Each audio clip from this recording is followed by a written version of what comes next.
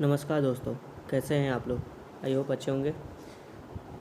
आपका जो prelims test नज़दीक है उसी को मद्देनज़र रखते हुए लवशना टूल्स की तरफ से एक नया इनिशिएटिव शुरू किया गया है जो PT7 के नाम से एक सीरीज़ चलेगी, जिसका मतलब है PT अर्थात प्रीलिम्स टेस्ट 7 मतलब 7। मतलब डेली हम 7 MCQ करेंगे जो आपको बताएगी कि आपकी तैयारी अभी किस स्तर पर है। बहुत अच्छी चल रही है, कहाँ आपकी थोड़ी सी वीकनेस पॉइंट है, आप उसको अपना देखकर इम्प्रूव कर लीजिएगा। ठीक है, तो ज़्यादा देर ना करते हुए जल्दी शुरू करते अपना यह नया इनिशिएटिव का पहला वीडियो। देखते क्या है। ये लवशना टूल्स चैनल अगर आपने अभी तक सब्सक्राइब नहीं किया तो सब्सक्राइब कर लें। पहला क्वेश्चन देखते हैं हम इसमें। पहला क्वेश्चन कहता है, अनुसूचित जातियों, अनुसूचित जनजातियों और अन्य कमज़ोर वर्गों के शैक्षिक और सामाजिक हितों का संवर्धन भारतीय संविधान के निम्न में से किन प्रावधानों के अंतर्गत प्रदान किया जाता है। ठीक है, अनुसूचित जाति, अनुसूचित जनजातियों और अन्य कमज़ोर वर्ग के शैक्षिक और सामाजिक हितों का संवर्धन संविधान में किसके अंतर्गत प्रदान किया गया है। आपका 1 मूल अधिकार, नंबर 2 मूल कर्तव्य, नंबर 3 राज्य के नीति निर्देशक तत्व। नीचे दिए गए कोड का प्रयोग कर सही उत्तर चुनिए। ये थोड़ा सा सही और गलत थोड़ा सा यहाँ पर ध्यान दीजिएगा। यहाँ पे बोला है सही चुनने के लिए। ठीक है, तो आपका ऑप्शन है केवल 1 और 2, केवल 3, केवल 1 और 3 या सभी। देखिए यहाँ पे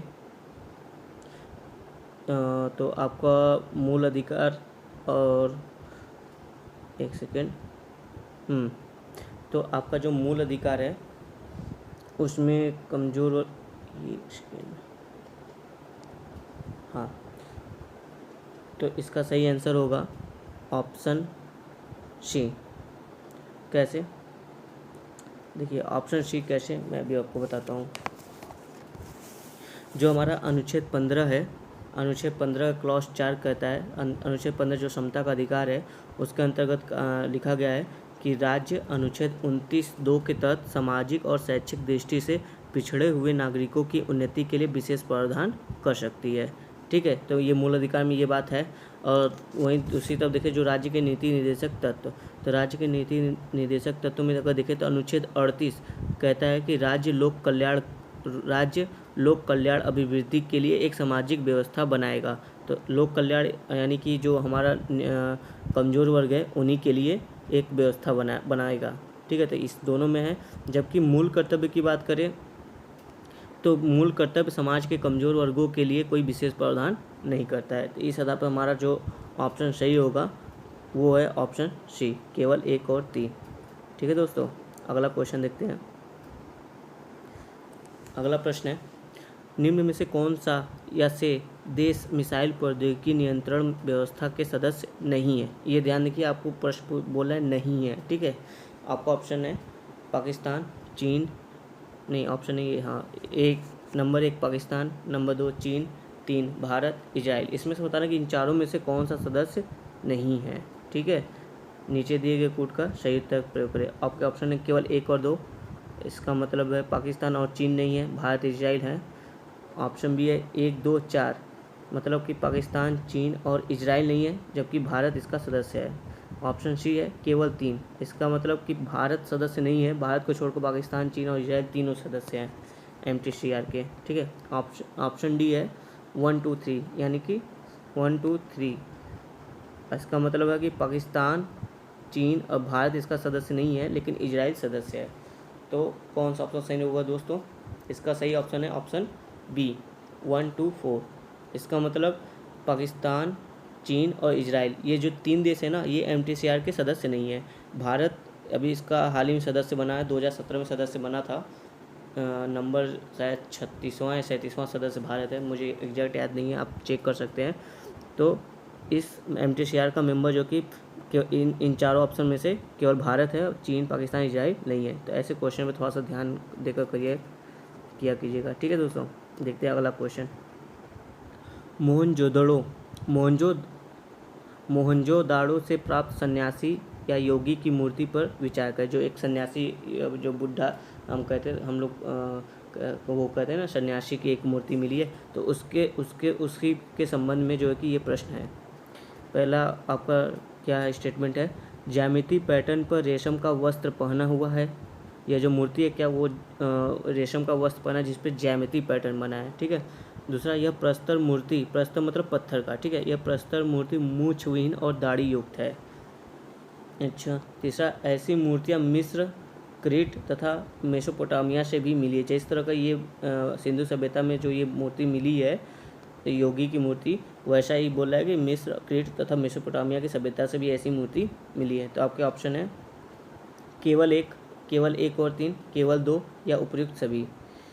केवल एक मतलब पहला सही है, केवल एक और तीन मतलब ये मूंछविहीन या दाढ़ी उसके पास नहीं था, ये तो ऑप्शन सी केवल दो, केवल यही सही है, बाकी ये दोनों 1 और 3 गलत हैं।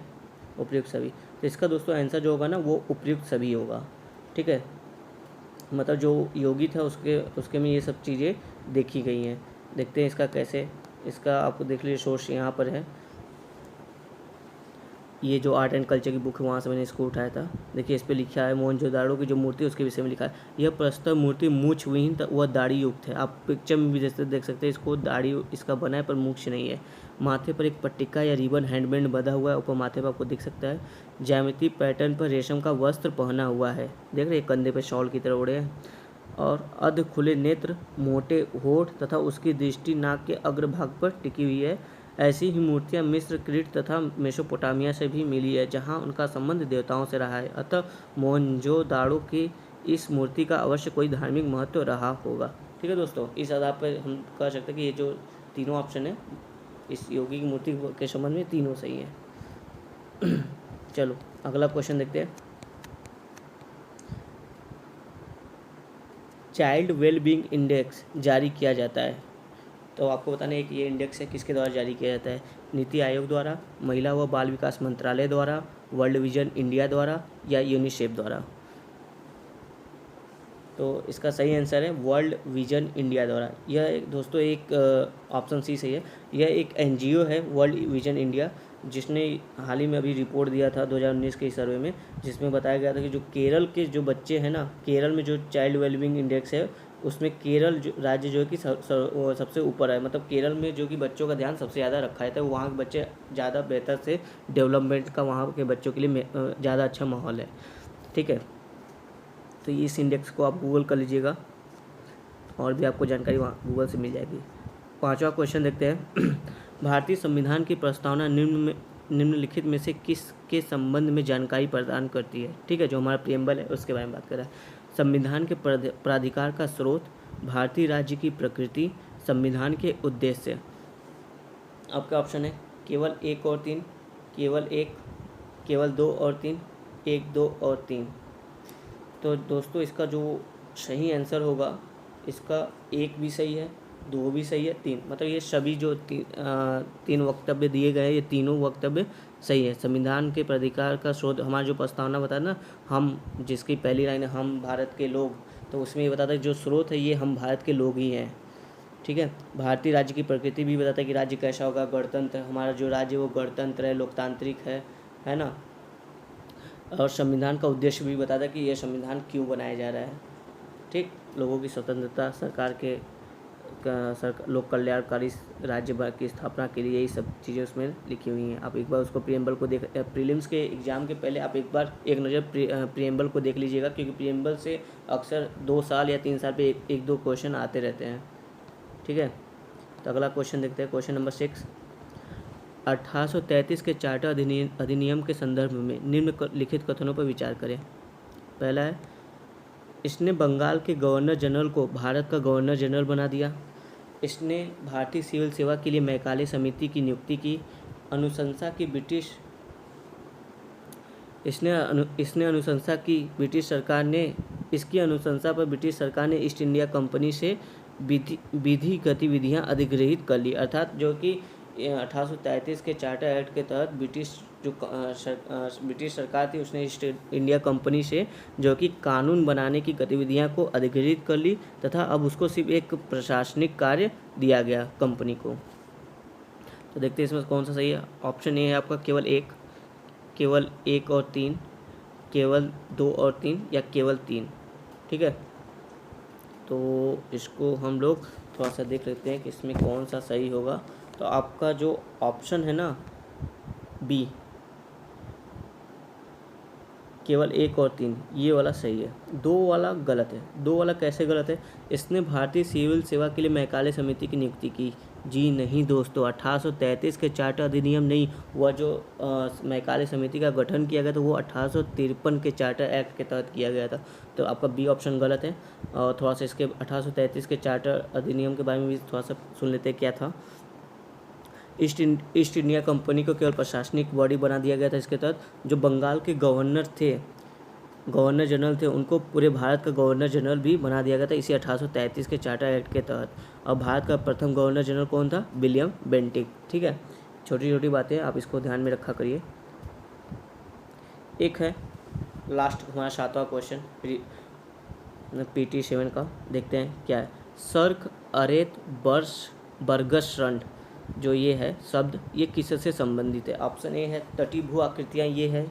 क्या ये तटीय भू आकृतियाँ हैं? क्या ये मरुस्थलीय भू आकृतियाँ हैं? क्या ये हिमानी की भू आकृतियाँ हैं? या फिर ये प्रवाहित जल द्वारा निर्मित भू आकृतियाँ हैं? ठीक है दोस्तों, तो ये जो आपका सर्क, अरेत और बर्गसरंड है, तो इसका जो ये जो आकृतियाँ हैं, ये आपका सही है ऑप्शन ए, नहीं ऑप्शन सी, हिमानी की भू आकृतियाँ। ये जो है हिमानी भू आकृतियाँ हैं, उन्हीं के ये टर्म्स है। देख रहे थे क्या होता है ये सर्क, अरेत और बर्गसरंड। देख लीजिए, ये जैसे एक पहाड़ है, पहले इसको देखने से पहले थोड़ा सा समझ लेते हैं सर्क, अरेत होता क्या है। ये जो सर्क है, a cirque is an amphitheatre like valley formed by glacial erosion. ये जो सर्क होता है ना, जब ग्लेशियल का इरोजन होता है तो उससे जो एक वैली जैसी संरचना का निर्माण होता है, तो उसे सर्क कहते हैं। ठीक है, इसका अल्टरनेटिव नाम भी है लैंड के रूप में जब हो जाता है, इसको कोरी एंड CWM कॉम या CWM, ऐसा कोरी और कॉम भी कहते हैं। अगर कब स्टेटमेंट में कोरी शब्द या ये CWM शब्द भी आ जाए तो भी इसका मतलब यही सर्क ही है। देख लेते हैं सर्क कैसा स्ट्रक्चर है। ये जो देख रहे हैं ना दोस्तों, ये रेड कलर से लगा हुआ है सर्क, देख रहे घाटी के थोड़ा नीचे, यानी ग्लेशियर का यहाँ पे क्षरण हो रहा है, इससे जो एक नीचे संरचना बनी है, इसी को सर्क कहते हैं। और एक ऑप्शन था अर्क, तो एन अर्ते है। ठीक है, an arete is a narrow ridge of rock which separate two valley. 2 घाटियों को अलग करने वाला एक नैरो रीज है, पत्थर का एक नैरो रीज है। देखिए यहाँ पे एक फिगर में देखिए ऊपर वाला जो अर्ते लिखा हुआ है, ये देख रहे एक सीधी लाइन गई है, एक तीर से इंडिकेट भी कर रहा है। ये जो सीधी लाइन है, पतली सी नैरो रॉक रीज है, इसी को अर्थ कहते हैं, क्योंकि ये 2 वैलियों को अलग कर रहा है। ठीक है, और एक तीसरा वर्ड था बर्गसरंड वाला, तो इसको देखते हैं ये क्या है। ये आप देख रहे हैं पिक्चर में, ये ज़मीन जो है कि जैसे एक ही ज़मीन था, ये बीच से फट गई है, थोड़ा अलग हो गया है, और ये इसमें एक खाई बन गई है, जो कि बहुत गहरी है। ठीक है, तो ये जो स्ट्रक्चर बनी है पहाड़ों पे, इसी को कहते हैं हम लोग बर्गसरंड। ठीक है दोस्तों, तो ये रहे आपके 7 क्वेश्चन। तो आप देख लीजिएगा कि आपकी तैयारी कितनी है, जहाँ भी कमियाँ हों आपकी तैयारी में, उस कमियों को पूरा करें। तो मिलते हैं अगले दिन। लवचना टूल्स चैनल को पर लाइक, कमेंट, शेयर करें सर। धन्यवाद दोस्तों।